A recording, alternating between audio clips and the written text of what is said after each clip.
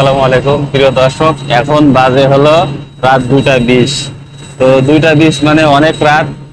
আমরা এখন night duty করতেছি। পোলাপান কিভাবে ঘুমায় এটা আপনাদেরকে দেখাবো, আর আমি তার সাথে কি আচরণ করি এই জিনিসটা দেখাবো। আসেন আস্তে আস্তে দেখেন নিচে দেখেন পোলাপান কেমনে করে ঘুমায়। রাহুল বাবা ওটা তো দেখি। আচ্ছা, এখন কয়টা বাজে জানো? এখন 2টা না 3টা বাজে। এখন বাজে হলো 2টা 20। প্রিয় দর্শক, বাজে 2টা 20। এখন কিন্তু ঘুমানোর কথা না ওর, কারণ হচ্ছে আমরা যেহেতু নাইট ডিউটিতে আসছি, নর্মালি আমরা এই সময় কেউ ঘুমায় না। ওর মেশিনে এখন খুব ক্রিটিক্যাল পজিশনে চলে, তারপরেও কিন্তু ঘুমায় আছে। তা তুমি এই যে ঘুমায় আছো, মেশিনে যদি কাপড় বাইরে কাপড় স্যার, হুম কাপড় তো বাঁধবে না স্যার। বাঁধবে না? তোমার মেশিনে 6টা নজেল, এই 6 নজেলের কাপড় যে কোনো একটা নজেল যদি বাইরে থাকে তাহলে দেখবে কে? আমি মাঝে মধ্যে চেক করি একা একা, আবার উঠে আবার। আচ্ছা, এই নাইট ডিউটিতে আমরা করি, তুমি দিনে ঘুমাও না? অবশ্যই ঘুমাই। তা আবার এসে ঘুমাইতেছো কেন? আমি তো বাইরে গেছিলাম, ঘুমাইতে পারি। বাইরে গেছিলাম। জি। আসলে প্রিয় দর্শক, যে কথাটা বলতে চাই সেটা হলো নাইট ডিউটি মানে আমাদের কিন্তু ডে, ঠিক আছে? আর আমরা দিনে গিয়ে ঘুমাই, দিন হলো আমাদের জন্য রাত, আর রাত হলো আমাদের জন্য দিন। তা তুমি এটা এখন মনে করো যে দিনের বেলা আমাদের জন্য, তাই না? জি, স্যার। তুমি দিনের বেলা ঘুমাচ্ছ কেন? আমি হ্যাঁ, ওই যে বাড়ি গেছিলাম তো, সে সমস্যা হয়ে গেছে। আচ্ছা আচ্ছা, আসলে ও বলতেছে যে ওর একটা ভুল হয়ে গেছে। তো এরকম অনেকেই ভুল ভ্রান্তি করে, ঠিক আছে? আমরা ওটা ক্ষমা সুন্দর দৃষ্টিতে দেখি। ও বলতেছে যে ও বাড়িতে গেছিল, বাড়িতে যাওয়ার কারণে ওর শরীরটা ভালো না, এজন্য ঘুমায় আছে। তো এখন ওর কি করা উচিত, প্রিয় দর্শক আপনারাই আমাদেরকে বলবেন। আর আমাদের ভিডিওটা দয়া করে লাইক, কমেন্টস এবং শেয়ার করবেন। আমাদের ভিডিওগুলো শেয়ার করলে হবে কি, আর একজন ভাই ব্রাদার দেখতে পাবে যে আসলে মানুষ কত কষ্ট করে তার জীবনটা পরিচালনা করে। এই নাইট ডিউটি করতে তোমার কষ্ট হয় না? অবশ্যই স্যার, কষ্ট হয় আমার।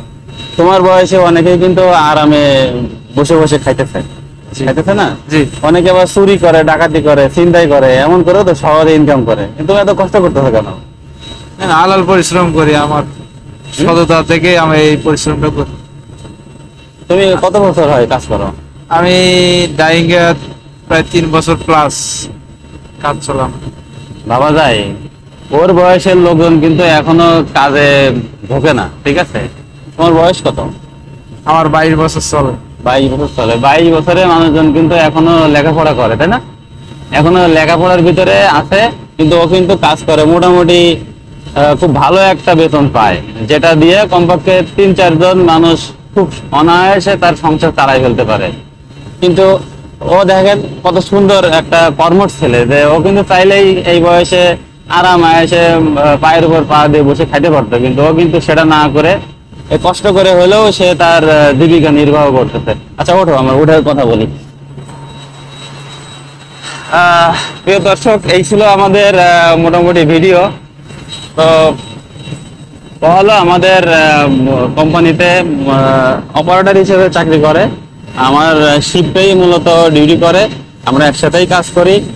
তো ওর কোনো অসুবিধা হলে আমি দেখি, আমার কোনো সমস্যা হলে ও কাজ করে। তবে ও আজকে কেন জানি ঘুমাই গেল, আমি জানি না।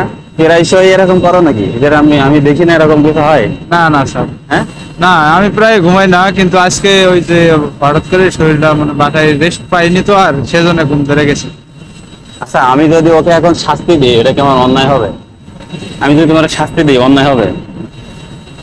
শাস্তি দিলে এটা তো আমি ভুল করে ফেলে দিচ্ছি একদম, এটা আমার তাহলে ভুল। এখন তুমি কি চাও, আমি কি তোমার ক্ষমা করে দেবো? জি স্যার, অবশ্যই।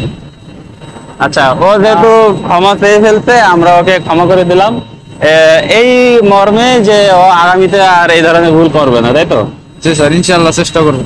আচ্ছা, ও বলছে আগামীতে আর এই ধরনের ভুল করবে না, এজন্য আমরা ওকে এখন কিছুই বলবো না, আমরা ওকে একদম মাফ করে দিলাম। তো সবাই ভালো থাকবেন, সুন্দর থাকবেন, আল্লাহ হাফেজ। কিছু বলবো? না, বলবো যে স্যার অনেক ভালো মানুষ, এটা সবাই দেখবেন স্যারের দিকে। আসলে ভালো মানুষ স্যার। আমি ঘুমাইছি, তাও ডাক দিছে, আমার কিছু বললো না। এটা একটা মানবতার দিক আছে। সবাই স্যারের পাশে থাকবে, ভালো ভালো ভিডিও উপহার দিবে স্যার অবশ্যই। ঠিক আছে, সবাই ভালো থাকবেন, আল্লাহ হাফেজ।